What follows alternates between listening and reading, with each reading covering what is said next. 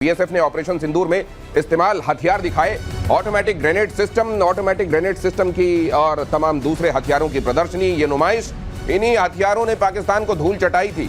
इसमें anti material rifle, अब ये सब क्या होता है ये आपको हमारे एक्सपर्ट्स बताएंगे।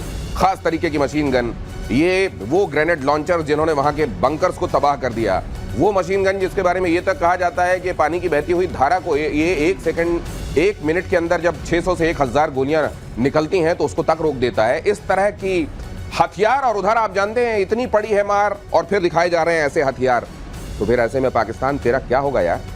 ये मेजर गौरव आर्य, ये जो हमको हथियार दिखाई दे रहे हैं और बीएसएफ हर दिन लाकर सामने ये दिखा भी देती है। आप इसको जरा वॉल में डालिएगा। ये हथियार अगर आप वॉल में डाल देंगे तो हमको समझा, जैसे ये है सर, ये सामने इन्होंने बनाए हुए हैं, ये कुछ की ग्राफिक्स इन्होंने बनाए हुए हैं। ये देखिए जरा, ये धूल चटाने वाले पाकिस्तान को जो हथियार हैं वो इसमें से जाहिर है इनका कुछ एनिमेटिक वर्जन भी इन्होंने सामने रखा है जो आपको समझ में आ रहे हो। ये ऐसे एंटी मटीरियल राइफल क्या है सर? देखिए साहब, जब लॉन्ग डिस्टेंस पे आपको कोई जैसे बख्तरबंद गाड़ी है या आपको कोई ऐसी चीज है, कोई बंकर है जो ऐसा कोई सॉलिड ठोस टारगेट है, उसको एंगेज करना पड़ता है। तो ये एक किस्म की आप कह लें कि अगेंस्ट अ फोर्टिफाइड बंकर और अगेंस्ट आर्मर्ड व्हीकल, जिसके मतलब not a tank, obviously not a tank, but कोई ऐसी ठोस गाड़ी, उसके खिलाफ जब आपको it's like a sniper rifle but long distance मारने वाली, और ये जो है इस टाइप के टारगेट को मारते हैं। तो ये है ऐसे ही स्नाइपर राइफल है। स्नाइपर राइफल से आप लॉन्ग डिस्टेंस पे, ज्यादा लॉन्ग डिस्टेंस पे 800 मीटर, 1000 मीटर, 1500 मीटर, इस पे आप ये देखिए, ये ऑटोमेटिक ग्रेनेड लॉन्चर है ये जो फायर करवा रहे हैं। एजीएल है। हाँ, अच्छा दिनेश, मैं भी ऐड ये जरा आप इसको जिप को ऊपर कीजिए, इसकी वजह से हमको दिख नहीं रहा है। ये जो है सर, ये ऑटोमेटिक ग्रेनेड सिस्टम आप बता रहे हैं ना? जी। ये मतलब इससे ये ग्रेनेड निकल रहे हैं क्या इतनी तेजी से? इसके अंदर ग्रेनेड होते हैं, रशियन ओरिजिन का है। ये हमने खूब चलाया और बड़ी मस्त चीज है ये। और ये जब फायर करती है, मैं बता रहा हूँ पाकिस्तानी लाइन ऑफ कंट्रोल पे इतना ज्यादा डरते हैं इससे, आपको दिनेश मैं बता रहा हूँ, इतना खौफ है क्योंकि एक तो एक्यूरेट बड़ा है और इसके अंदर से गोली नहीं निकलती, इसके अंदर से गोला निकलता है, इतना बड़ा, बिल्कुल इतना बड़ा गोला निकलता है। प्राइम मिनिस्टर ने की थी। हाँ बिल्कुल। और ये बात कल प्राइम मिनिस्टर ने की था, गोली मारोगे हम गोला, अच्छा गोली चलाओगे तो हम गोला मारेंगे, इधर ही से जाते हैं वो गोले। तो ये जब फायर होता है, ये जाता है तो ये जाके फटता है वहां पे, गोली फटती नहीं है। गोली जब निकलती है तो गोली डेड होती है। कोई भी बुलेट निकलती है, इट इज डेड मेटल जो जाके वहां पे लगता है स्पीड से। लेकिन ये जाके वहां पे, क्योंकि ग्रेनेड है, ये जाता है स्पीड से और वहां पे जाके फटता है, और जहां पे फटता है वहां पे 2-4 लोगों को ले जाता है ये। तो ये ऐसी चीजों लगातार दर लगातार फायर करता है। बहुत शानदार, वेरी ब्यूटीफुल वेपन। तो जब इधर ये गोले फटते हैं जी, तो उधर पाकिस्तान की क्या हालत होती है बताने की जरूरत नहीं है। आगे मैं आपको ये दिखाऊं, जरा देखिए। पाकिस्तान के साथ बातचीत केवल आतंकवाद और पीओके पर होगी। भारत ने एक बार फिर से स्पष्ट कर दिया, पीओके रात में सपने ऐसे डरावने आ रहे हैं इस समय पाकिस्तान को कि कहीं उसको बलूचिस्तान वाले सपने आ रहे हैं, कहीं भारत की तरफ से वो ये जो हथियार हम आपको दिखा रहे हैं, इनकी नुमाइश लगाई जाती है, वो कहीं देख लेते हैं, वो सपने में आने लगता है। और अब पीओके, और यहां पर ये भी देख लीजिए, आतंकवादियों का पनाहगाह कसूर में आतंकवादियों का जलसा जरा देख लीजिए। आतंकी सैफुल्लाह कसूरी यहां दिखाई दे रहा है, हाफिज सईद का बेटा तलहा सईद भी दिखाई दे रहा है। तो ये जो तमाम, अच्छा ये पाकिस्तान, इसी का नाम पाकिस्तान है जिसको मेजर गौरव आर्य कहते हैं कि चक्रवर्ती मार पड़े, चक्रवर्ती बेइज्जती हो जाए, लेकिन दुम सीधी नहीं होती। दुम सीधी। ये देखिए जो सैफुल्लाह कसूरी है, ये पहलगाम का मास्टरमाइंड है। खुल के वहां पे one of the people responsible, ये खुल के घूम रहा है वहां पे। ये यहाँ पे हाफिज सईद के बेटे ताला सईद के साथ बैठा है। इसकी फोटोग्राफ आई है एक बड़े प्रोमिनेंट पाकिस्तानी पॉलिटिशियन के साथ, मलिक ऐसी कुछ नाम है उसका। उसके साथ बैठ के ये लोग खुलेआम प्रेस कॉन्फ्रेंस कर रहे हैं। साहब मैं बताता हूं दिनेश प्रॉब्लम क्या है, और हमारे दर्शक भी जान लें कि समस्या क्या है। समस्या यह है कि हम लोग जिस तरीके से जिहाद को बुरा मानते हैं, हम लोग आतंकवाद को बुरा मानते हैं, ये अपने बच्चों को सिखाते हैं कि बहुत बढ़िया चीज है, कैसा बनना है बेटा, हाफिज अंकल जैसा बनना है आपको बड़े होके। ये इशू वहां पे, ये हीरोज हैं, ये कौमी हीरोज हैं पाकिस्तान के। साहब these are heroes in Pakistan. इसलिए तो इन लोगों को सामने स्टेज पे आप किसको बैठाते हैं? आप बताइए। कोई हीरो है, कोई चैंपियन है, जिसको आप इज्जत देते हैं, जिसने देश का नाम रोशन करा है, आप उसको माला पहनाते हैं, आप स्टेज पे बैठाते हैं और बच्चों से कहते हैं कि ये सामने बैठा है हमारा हीरो, इससे प्रेरणा लो। यही तो होता है दुनिया भर में। पाकिस्तान में वहां पे आतंकी को बैठाते हैं सब स्टेज पे। देखो जरा ये, और फिर उसके बाद जो तकरीरें और ये जुबान जो इनकी, बाकी तो कुछ चलता नहीं है, जुबान चलती है, फिर ये मुंह से ये निकलता है जी। तो ये, और फिर अब बहुत जल्दी तलहा आप सईद, अब बहुत जल्दी ताले भी लगते जा रहे हैं अभी। अभी देखिए कसूर में शायद हमने बम मारा नहीं मारा मुझे नहीं याद है, हाँ। लेकिन एक हमारी ड्रिल तो हो गई है आज सिविल डिफेंस वाली। अब अगली ब्रह्मोस इन्हीं के पास जाएगी, मुझे लग रहा है, मुझे पक्का यकीन है। बहुत जो मुंह खोलेगा, मैं तो ये कह रहा हूं जो पाकिस्तान में मुंह खोले उसके मुंह में डालो ब्रह्मोस सीधा, इसकी स्टोरी खत्म करो। और ये मोदी जी ने बिल्कुल ठीक काम करा है, बिल्कुल ठीक बात बोली उन्होंने मोदी जी ने। मोदी जी ने बोला है कि जब तक आतंकवाद खत्म नहीं होगा तब तक ऑपरेशन सिंदूर खत्म नहीं होगा, सीधी बात है। तो ये अब कसूर ये पूछने वाला है कि मेरा क्या कसूर, मेरा क्या उनको ये बताया जाएगा कि ये तुम्हारा कसूर जो यहाँ नीचे आपको स्क्रीन पर दिखाई दे रहा है। और फिर अच्छा, फिर इनको यही लगता है क्योंकि अगर वहां इस तरह के लोग हीरो हैं और फिर वहां मार पड़ती है तो उनको ये लगेगा कि इसमें मेरा क्या कसूर। देखो ऐसा है दिनेश, ये इनका ग्लोरिफिकेशन कर रहे हैं, लेकिन मुझे प्राइम मिनिस्टर की एक बात बहुत अच्छी लग रही है, वो एक्चुअली पाकिस्तान के अवाम को बचाने की कोशिश कर रहे हैं। आप इंडोनेशिया का हश्र देखिए, लगभग उसी समय ये दोनों देश आजाद हुए, तो वो मुस्लिम कंट्री है, उसका इनसे 5 टाइम्स ज्यादा जीडीपी है, वहां के लोग 57% अर्बनाइज्ड हैं। वही वहां जब तक मिलिट्री का रूल था, जब तक सौहार्द तो वहां से नहीं गया, वहां की हालत बहुत खराब थी। इसी तरह का वो था, क्योंकि अब आ गया है वहां पर, किसने वहां आंदोलन शुरू किया था? जनता ने। और जनता में किसने शुरू किया था? स्टूडेंट्स ने। तो यहां आप जो उनकी आवाम से बात करते हैं और पाकिस्तान की आवाम से प्रधानमंत्री बात कर रहे हैं कि अब वो मौका आ गया है कि आप इन जिहादियों को उखाड़ फेंकिए, ये आपके रास्ते में अड़चन है। आपको बच्चों को झोंक देते हैं जो ये कहे कि मदरसा मेरी सेकंड लाइन ऑफ डिफेंस है, उस तरीके की तहरीर के साथ आप कैसे खड़े हो सकते हैं? और जब तक आपको ये फर्क नहीं समझ में आएगा, अगर आप बहुत दिनों तक दोजख में रहने के आदी हो जाएं, तो आपको लगता है यही मेरे लिए नॉर्मल है, यही मेरी दुनिया है। अरे थोड़ा अलग करके देखिए, आप अपने ये लीडरान जिनको आप कहते हैं इनको बदल के देखिए। ये आर्मी जो आपको इस्तेमाल करती है, इसको उठाकर पटकिए, हटाइए वहां से, आपकी सुरक्षा नहीं करती, आपको खतरे की तरफ धकेल रही है। ये इस तरीके से माइकों में चिघाड़ कर और वहां सामने खड़े लोगों को एक खास तरीके की, जिसको कहा जाता है कि जिहादी अफीम, वो पिलाकर और फिर भेज दिया जाता है कि जाओ मर जाओ। अब ये कसूर में जब फिर से जाकर ब्रह्मोस मारेगी तो कहा जाएगा अरे ये क्या हो गया। ये देख रहे हैं, हश्र देख रहे हैं, ये मुरीदके का हश्र देख रहे हैं, बहावलपुर का देख रहे हैं, अब कसूर में जुटे हैं। देखिए साहब, आपको एक बात पता होनी चाहिए दिनेश, ये बिजनेस है। मैं एक बात बताता हूं आपको, जो हाफिज सईद है, हाफिज सईद ने हजारों आतंकी भारत में भेजे लश्कर तैयबा के थ्रू। ये दुनिया को पता है, हमारे दर्शक उनको भी पता है। इसने अपने बेटे को क्यों नहीं भेजा? इसका बेटा है ना ताला सईद, इसके और भी बेटे होंगे, इसने अपने बेटे को क्यों नहीं भेजा? जो general Qamar Javed Bajwa, chief of army staff of the Pakistan army, उसका बेटा साद बाजवा दुबई में अरबपति है, दुबई में काम करता है। वो तो कहता था जिहाद लड़ो जिहाद लड़ो, उसने अपने बेटे को, ये चूरन खिलाते हैं, बेवकूफ बनाते हैं। और पाकिस्तानी कौम सबसे आसानी से बेवकूफ बन जाती है क्योंकि लिखी पढ़ी काम है।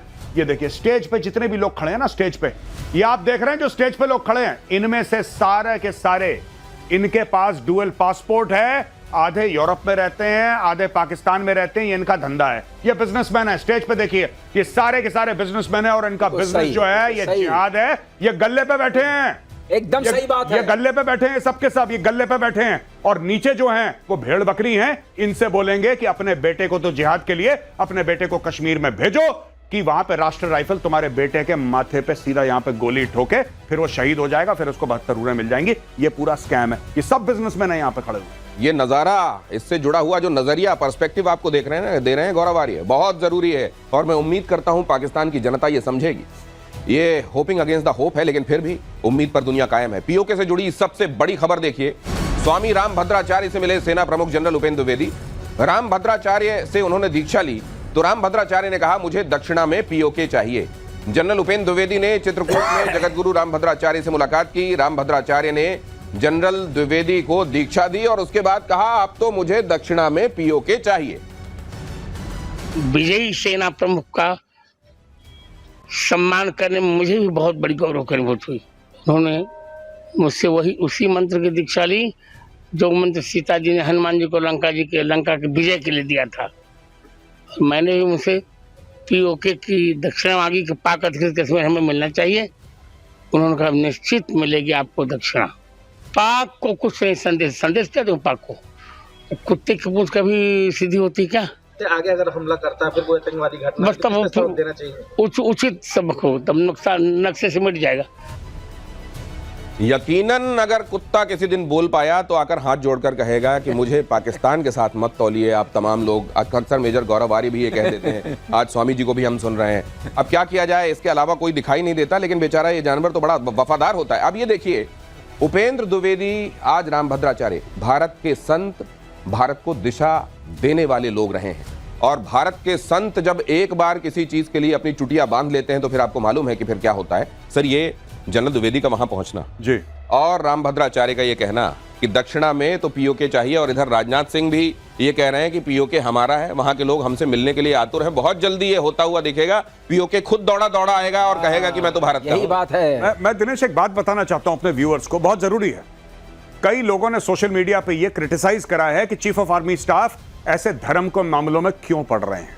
ऐसा लोगों ने बोला है जिनको नहीं पता है। मैं आपको बताता हूं, ये फौज की रीत है। जो लोग मजाक उड़ा रहे थे ना कि रफेल में आपने नींबू मिर्ची लगा दी और आपने पूजा कर दी, मेरी खुद की यूनिट में, गोरखा बटालियन में, गढ़वाली, कुमाऊनी, ये जितनी भी आपकी ये हैं, ठीक है, रेजिमेंट्स है इंडियन आर्मी, यहां पे शस्त्र पूजा होती है। हमारे यहां तो बलि चढ़ती थी, अब बंद हो गया ये सब, मेरे सामने चढ़ी है। जब मैं था, कमीशन हुआ था, वहां पे बलि चढ़ी है और खून से शस्त्र पूजा हुई है। मैंने खुद देखा है अपनी आंखों से, मेरे सामने हुई है, मेरे सामने हुई है। तो ये तो रीत थी, आज भी है। जब मेरी रेजिमेंट लड़ाई के लिए जाती है तो कालिका माता की जय और कालिका माता का मंदिर अपने कंधे पे रख के जाती है, तब ठोकती है दुश्मन को। जब सिख रेजिमेंट जाती है तो बोले सोनिहाल, सत श्री अकाल। गुरु ग्रंथ साहिब है, गुरु ग्रंथ साहिब को माथे पे रख के सिख रेजिमेंट लड़ाई लड़ने जाती है। तो लोग ऐसी हवाबाजी, ये कैसे कर दिया रफेल में, कैसे कर दिया जनरल द्विवेदी, क्यों नहीं भाई? ये तो है फौज की रीत, क्यों नहीं? ये फौज की रीत है भाई। फौज में ये आज से नहीं चलता चला आ रहा, ये 250 साल पहले अंग्रेजों के टाइम से चलता चला आ रहा है।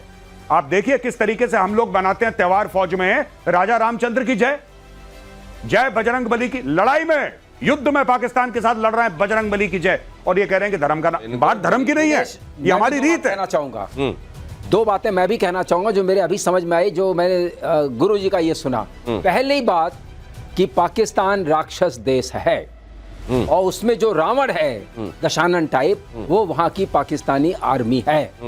और जब तक रावण का नाश नहीं होगा, मतलब उसके नाभि में आप बम नहीं मारेंगे, वो नाभि सूखेगी नहीं। कमांड एंड कंट्रोल सेंटर को सुखाना है और विभीषण को वहां बैठाना है, धर्म स्थापित करना है। धर्म को स्थापित किया जाना बहुत जरूरी है। लेकिन एक मैं बात कह दूं, रावण तो बहुत विद्वान पंडित था। तो ये छोटे मोटे असुर हैं सर। ये छोटे मोटे वो सींग वाले जो असुर है ना, बदमाशी करते हैं, बदतमीज टाइप के, ये असुर हैं। ये रावण तो बहुत विद्वान आदमी था। पीओके पर रक्षा मंत्री राजनाथ सिंह का बयान। राजनाथ सिंह ने कहा पीओके वापस आएगा और कहेगा मैं भारत हूं, मैं वापस आया हूं। पीओके के लोग भारतीय परिवार का हिस्सा स्वेच्छा से बनेंगे, भारत लौटेंगे। साथियों, मैं मानता हूं कि आज पाक ऑक्युपाइड कश्मीर के लोग हमारे अपने हैं। आप मानते हैं ना? पाक ऑक्युपाइड कश्मीर के लोग वो हमारे अपने हैं, हमारे परिवार का हिस्सा हैं। हम प्रधानमंत्री के श्री नरेंद्र मोदी जी के एक भारत श्रेष्ठ भारत के संकल्प के लिए पूरी तरह से प्रतिबद्ध हैं और हमें यह पूर्ण विश्वास है कि हमारे वो भाई जो आज हमसे भौगोलिक और राजनीतिक रूप से अलग हैं, वो भी अपने स्वाभिमान, आत्मा की आवाज़ और स्वेच्छा से भारत की मुख्य धारा में कभी न कभी जरूर वापस लौटेंगे। अब इसका बड़ा मायना समझ लिए, ये केवल एक भौगोलिक क्षेत्र को पीओके नहीं कहा जा रहा है, यह भी कहा जा रहा है कि वहां रहने वाले लोग हमारे अपने हैं। और यह भी आप देख रहे हैं कि पिछले करीब 15-20 दिनों से पीओके को लेकर भारत के स्वर और ज्यादा मजबूत और ऊंचे हो गए हैं। इसके मायने क्या है मेजर आरी? नहीं, देखिए बात यह है कि अब कहीं ना कहीं लोगों में ये एक विचारधारा बन चुकी है, एक माइंडसेट बन चुका है, नॉट विचारधारा बट माइंडसेट, एक दिमाग बन चुका है कि अब पीओके के बारे में निर्णायक लड़ाई शुरू हो चुकी है। और ऑपरेशन सिंदूर अभी स्थगित, मतलब जिसको कहते हैं कि इट्स अ पॉज, ये खत्म नहीं हुआ है। इसके पीछे सरकार पड़ गई है, इसके पीछे लोग पड़ गए हैं। आप देखिए कि जनरल द्विवेदी जाते हैं संत महात्माओं के यहाँ मिलने के लिए, प्रणाम करते हैं, वो कहते हैं गुरु दक्षिणा मुझे पीओके चाहिए। ये आप देखिए ना, this is not a military man speaking, this is a Holi man speaking, right. और होली मैन ये कहते हैं, जो धर्म गुरु हैं वो कहते हैं कि पीओके, यानी कि सबको चाहिए पीओके। और सरकार को पता है कि सबको चाहिए पीओके। अब निर्णायक युद्ध होगा। अब इसके मायने भी समझाइए। जनता वहां की हमारी है। सो दिनेश, इसके मैं जोड़ के देखता हूं, तार जोड़ना चाहूंगा अगर आप प्लीज 30 सेकेंड्स हो। पहला यूएनएससी का रेजोल्यूशन क्या था? उसका पहला स्टेप था खाली करो, तो पहले आवाज आई थी पीओके खाली करो। उसका पहला स्टेप है रेजोल्यूशन का, जिसमें कि हम फंस गए थे कि पीओके खाली करो। तो पहले आवाज आई थी प्रधानमंत्री की तरफ से पीओके खाली करो। पाकिस्तान खाली करे। आवाज आ रही है कि ये अपने आप मिलेंगे, जो नेक्स्ट स्टेप था। तो उसके बाद विलय तो होना निश्चित है। प्रक्रिया शुरू हो गई है दिनेश। ये प्रक्रिया है, पहले ये कि वो वहां जो पाकिस्तान जबरन कब्जा जमाए हुए हैं वो वहां से जाए, हटे, खाली करे, और फिर वहां के जो लोग हैं वो तो भारत के हैं ही, भारत के साथ मिलने को बेकरार हैं। ऑपरेशन सिंदूर पर बोले वायुसेना प्रमुख, ऑपरेशन सिंदूर देश की सामूहिक जीत है। सेना और हर भारतीय का इसमें योगदान है। भारत का ये कड़ा और स्पष्ट फैसला था, बड़ी स्पष्ट रणनीति थी इसमें।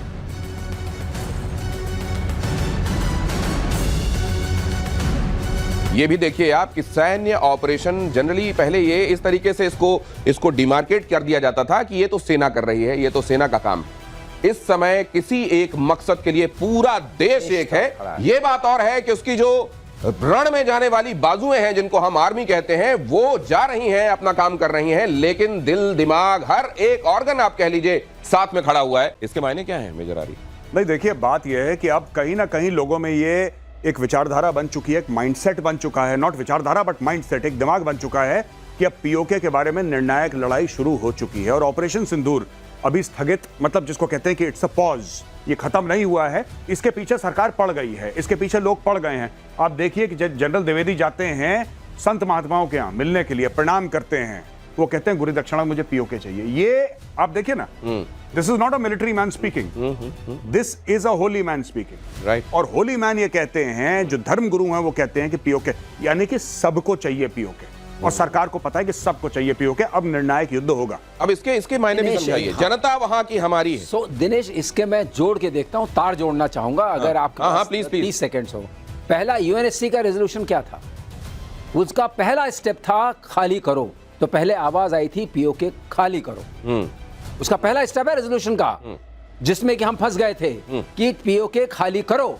तो पहले आवाज आई थी प्रधानमंत्री की तरफ से पीओके खाली करो। पाकिस्तान खाली करे। आवाज आ रही है कि ये अपने आप मिलेंगे, जो नेक्स्ट स्टेप था। तो उसके बाद विलय तो होना निश्चित है। प्रक्रिया शुरू हो गई है दिनेश। ये प्रक्रिया है, पहले ये कि वो वहां जो पाकिस्तान जबरन कब्जा जमाए हुए हैं वो वहां से जाए, हटे, खाली करे, और फिर वहां के जो लोग हैं वो तो भारत के हैं ही, भारत के साथ मिलने को बेकरार हैं। ऑपरेशन सिंदूर पर बोले वायुसेना प्रमुख, ऑपरेशन सिंदूर देश की सामूहिक जीत है।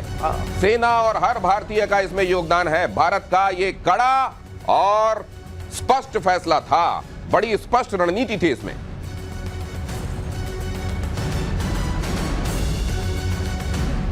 ये भी देखिए आप कि सैन्य ऑपरेशन जनरली पहले ये इस तरीके से इसको डिमार्केट कर दिया जाता था कि ये तो सेना कर रही है, ये तो सेना का काम।